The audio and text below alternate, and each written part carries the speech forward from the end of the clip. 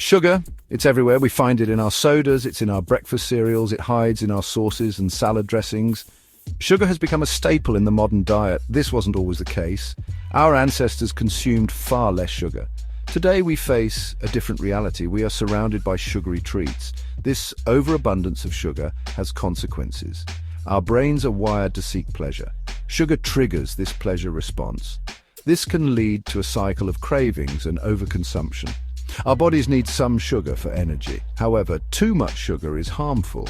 It can lead to weight gain and health problems. We need to be mindful of our sugar intake. Understanding how sugar affects our brains is the first step.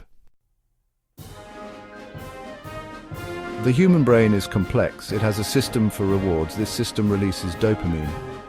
Dopamine is a chemical. It makes us feel good. When we do something pleasurable, dopamine is released. This creates a sense of reward. Sugar activates this reward system. When we eat sugar, dopamine is released. This makes us want more sugar. This cycle of reward and craving can be powerful. It can lead to overeating.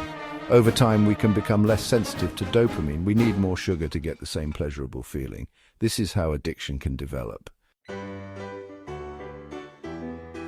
Our sense of taste is fascinating. It begins with taste receptors.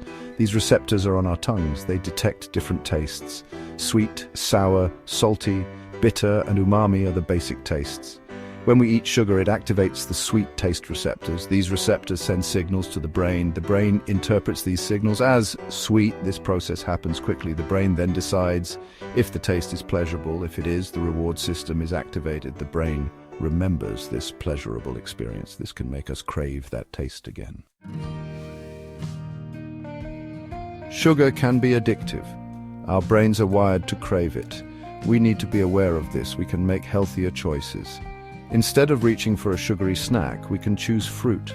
Fruits contain natural sugars. They also have fiber and nutrients. We can also limit processed foods. Processed foods often contain added sugars. We can cook more meals at home.